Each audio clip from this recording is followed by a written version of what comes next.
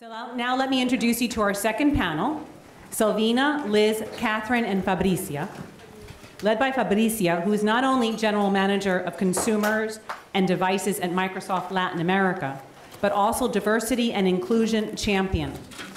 These highly accomplished women will share some of their own experience and advice on networking, mentorship, and advocacy. Fabricia, thank you. Thank you so much. So, here we are. We are going to talk about the critical success factor for women and men, right? But here we are going to talk more deeply on women, but it's critical for both. So we believe that networking, mentorship, and advocacy are critical for the development of any career, even if you work in a company or if you are an entrepreneur.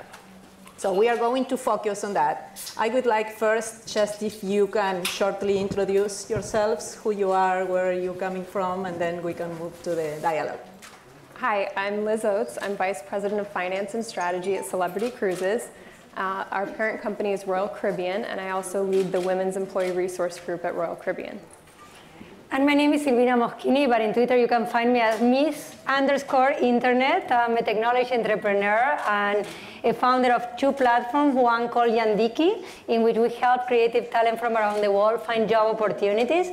And my recent venture is a social impact company called She Works.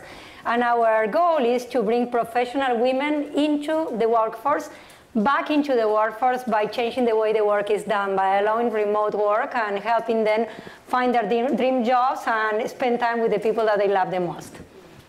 Hello, my name is Catherine Rooney-Vera. I'm from Bolton Capital Markets. I'm the head of research and strategy. Before that, I was at Bear Stearns in New York, and I've been here in Miami for the past 8 years. I'm very happy. I'm very excited to be here with you all.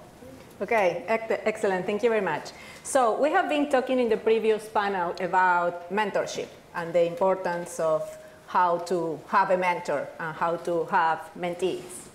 So from my experience, this is something driven by you. So it's driven by the mentee. So I have a lot of experiences having very good mentors and not so good ones, right? So it is important from my perspective that you pick your mentor, because sometimes in the organizations, I work at Microsoft, so there's process for almost everything. So there's a process where someone meet and assign you a mentor, and you receive an email saying, hey, Fabricia, you're lucky enough to have this person as a mentor, so connect with him or her, right? Wow. And then you start the conversation, and you didn't find maybe something to learn from each other or something to leverage on. So in my experience, to have the courage and determination to say, hey, you know what?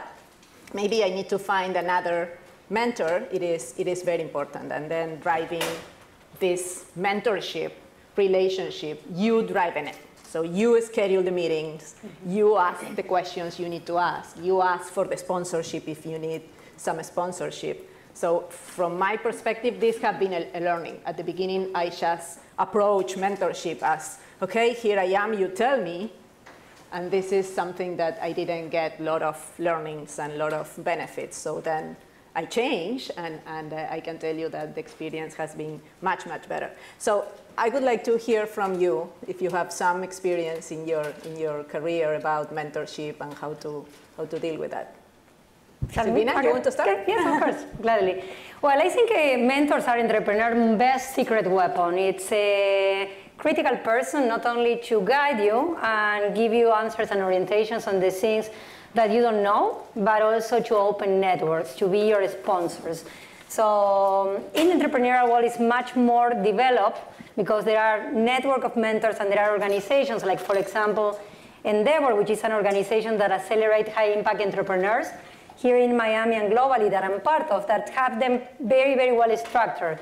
So you are matched with different mentors based on what you want to get from them, because some people can be your mentor in life. Some people can be your mentor in finance, in entrepreneurship, can be your mentor in a specific area of expertise that you need, that you don't have, and you want someone with experience to share the wisdom with you. So For me, it was super critical. Initially, I have no idea what to ask, and it was embarrassing because you are in front of someone, you feel that you are taking something from them, and then it feels like, and this is something that happens to women a lot, we feel that we need to give back. So one of the things that helped me enormously was to very openly communicate what I wanted to obtain from this session, treating the sessions with the mentor as if it was a business meeting, establishing clearly what you expect, and also find a way to give back, even if it's like a flower, if a breakfast, or it's a teeny tiny thing, so the energy flows well in the wall. But don't be afraid to ask, because mentors can increase your networks at the end of the day. Business is a contact sport, both for those of us that have been, like in my case, in corporate America, or now as an entrepreneurs, and having sponsors is the most important success factor that a person can have, especially when you are starting, or when you are at a tipping point in your career where you need to have a support from other people. So for me, it was a fantastic, and I used it enormously. Okay, thank you. Who's next? I would just add to that. I wish when I was a mentee, people had told me this, that you'll get so much more out of it if you come and define what it is that you want to get out of it. And so I mentor MBA students at UM now, and I'll actually tell them at the beginning, I'll say, every time we meet, give me a theme of what you want to talk about. Is it your resume? Is it target companies that you're recruiting for? Is it helping come up with what classes you want to take? And I think if you really define when you're meeting with your mentor what you want to get out of it, you'll get a lot more.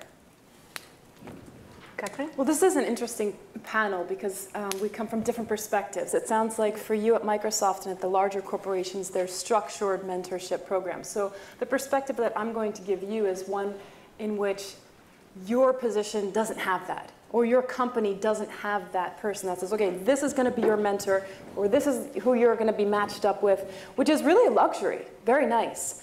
So right now I work at a boutique investment bank, very small, we don't have that. At Bear Stearns prior to that, neither did we have that. So it was kind of a fend for yourself type of thing. And from my experience, what I've done is really pursue that person. Don't be afraid to shoot for the top, ask that person for a meeting, have it very specific what you want to talk about, keep it short, don't abuse of their time, and have it be mutually beneficial. So in my experience, I mean, I've asked for the head of research of JP Morgan to meet with me to discuss how, from her experience, how she could help me build up my team and produce a very good strategy product. And she was happy to do it, which I was surprised at. People are willing to give up their time. But we did keep it short and sweet and have maintained that relationship. So that's what I would say. If you don't have a structured mentor-mentee program, go out and find it for yourself. Okay, yeah, excellent advice. Maybe you are lucky because you don't have the process. No, I'm joking. Yeah. So mentorship for sure is also a very good way to develop the network, right? But we have experienced different ways and different things we should do to have a strong network that can support us in our career. So do you have some story you want to share with us on how to develop a network, how the network supported you in the advancement of your career? Well, I think that if you want to receive, you need to give back. So it's a two-way road. When you introduce people that are fantastic and are looking for introductions to other people, you are creating a network. So you are creating an ecosystem. And this is something that to some people doesn't come very natural, because some people are very jealous about sharing contact or introducing you or opening doors. And I think it's absolutely wrong. The more you give, the more you are going to get back. So I think it's a start with an open attitude, with being generous with your connections, trying to match, trying to put yourself on the other person's shoes and try to find what the other person needs. So you can be there to be, even if it's just with an email intro or with a phone call, helpful for this person. So we create, as women, a ripple effect. So you raise someone, someone raise someone else, and then you create a network of connected people that are helping and supporting each other. I do this a lot, and I receive much more from giving than the other person. It helped me enormously to build my own network when I open doors for other people. So I say that start by thinking how you can help other women, how you can connect other women. And as women, we need to do a much better job at trying to keep ourselves together, because as a community, we are not doing enough. Women are not women's best friends. They are not women's best supporter. We are, many times like competing with each other instead of seeing how we can create this close knit so we are untouchable, because we are a minority. And when we talk about diversity, we need to start with equality, because there will be diversity when there is equality, when women don't leave the workforce, when women are in C-level. And the way that we can do it is by starting at looking at each other and saying how we can help each other out. So that's, in my experience, what worked the best. Working in a technology company, and now we have LinkedIn in our service portfolio, I cannot avoid asking, what is the role of the social network, and some tips or advice that you can share with the audience on how to manage yourself in this regard of building a network using some technology services like social networks?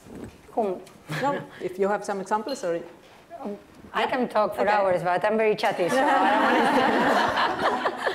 So I think, the social network, for me, it helps you keep track of people that you've met or connected with. But to me, building a network is not about collecting people that you know. It's really building relationships with other people. And to your point of helping others, I think of it, your network is kind of like a muscle that you have to exercise. And one of the ways that you exercise that muscle is by giving back to the network and introducing other people. And so I think of networking in that way. It's building relationships with other people. Excellent. Catherine? Concrete examples, I would say, is, for example, if you have a business trip and you go on your LinkedIn and you find a woman that works in your industry or works in something that interests you, then you can reach out to her and ask her for a simple 15-minute coffee. It works for me.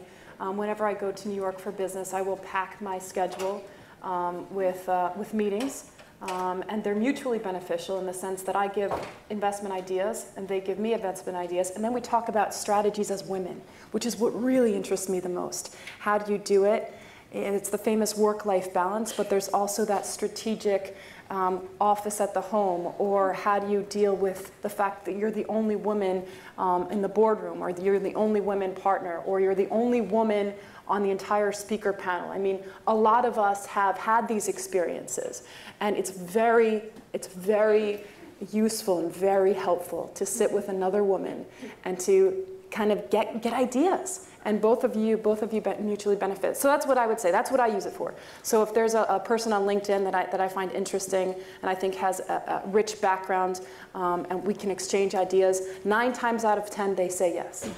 Tell us a little more about your story. You are the only one partner in your company. You have been developing on that direction. I think it's a very good story to share. Oh, great. Thanks. So I work at Baltic. It's a great place for women, but there's very few of us.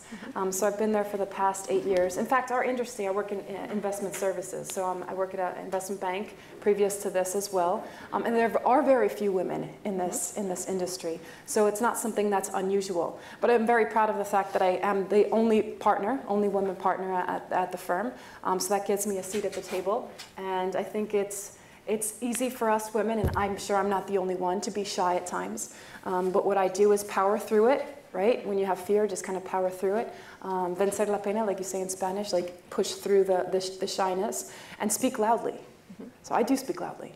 And if a man repeats the same thing I just said 5 minutes ago, I will highlight that. And I think we have to do that. Love it. It's happened to me on more than one occasion. In fact, on Monday, I was speaking at an event in New York, and I said an investment strategy idea. And then 5 minutes later, the guy to my right said the exact same thing. And I said, well, like Pablo just said, and I just said before him. So I think that's been one of my experiences. So yeah, it's very neat and very exciting to be able to rise through the ranks. I fully agree with advocacy of other women. And I do think that part of the reason why women tend to maybe not infight, but it is precisely because there's so few of us, right? So it's a scarcity value that a woman perhaps thinks that she may be replaced or displaced. So in my firm, I am the only woman partner. I'm only the most senior level woman, and I'm only one of 2 women on the trading floor. So so definitely it's something that I grapple with. But I would have to say that I work for a firm that's been very good with promoting women. Okay, excellent, excellent story. I also know that you are very passionate about advocacy. Yes. So I would love to hear your concept here and have some stories that you can share. Great, yeah, that's why I'm so excited to be here, really, because I do speak a lot at many events, but I've never spoken at a women's event, and I think it's so important to advocate for yourself, right? I mean, a lot of women, we don't do that. And I used to do that too. I used to think, well, I'm working my butt off, and everyone knows it. No, they don't. They don't know it. They don't. Everyone's thinking about his or her own career, correct? So you may have the vision of being strong and doing your work well, but if you are in fact exceeding expectations, let it be known. Be your own advocate. Make your own luck. There is no such thing as luck. You make your own luck. You be in the right places. You make sure you get there. You ask for what you need, and I think that's really the most important thing that I would say. I mean, at Baltic, for example, if you need a work-life balance, you ask for an office. I ask for an office, I get an office. I ask for a remote office, I get a remote office. So if you are doing an excellent job and you ask for something, you will get it. Someone told me, and I think it's so true, it's better to be embarrassed once than suffer through life many times. So cut through the embarrassment and ask for it. No one's a bigger advocate for you than you. And I would say promote yourself and let people know what you're doing. So Yeah. Go ahead. No, and I absolutely agree with you. I think we need to beat the imposter syndrome. We women always think that we are stealing the cat's food there. That's right. And sometimes it's because we are not super confident. Sometimes it's because we feel that we will be judged because damn if we do it, damn if we don't. Like if we are strong, we are a bitch. Right. If we are soft, we are soft. We are weak. We are not assertive, and if we are assertive, we are a bitch again. So it's a very, very difficult position in which we are, because, and we saw it like recently with the attitude of women towards other women or insults to women. Sometimes women prefer to be approved by men than to be approved by their other peers or stand for what they believe. And this is something that we totally need to change. And perhaps our generation won't do much progress on that, although now is the best time to be a woman ever in any field. But if you have a daughter, if you have a niece, teach your princesses that it's totally okay to be a princess, but a princess that build a castle, to invite the prince, not to be there, sit pretty, just waiting for the prince to save her. Like Fiona on the castle going for Shrek to come and rescue her, because it may not ever happen. And you don't want to be that girl. And I experienced it myself. I got married very late thanks to Match.com, because, as you know, finding love is a numbers game. True. And when you marry at an advanced age, it's very, very difficult to find Mr. Right. It's always difficult to find Mr. Right.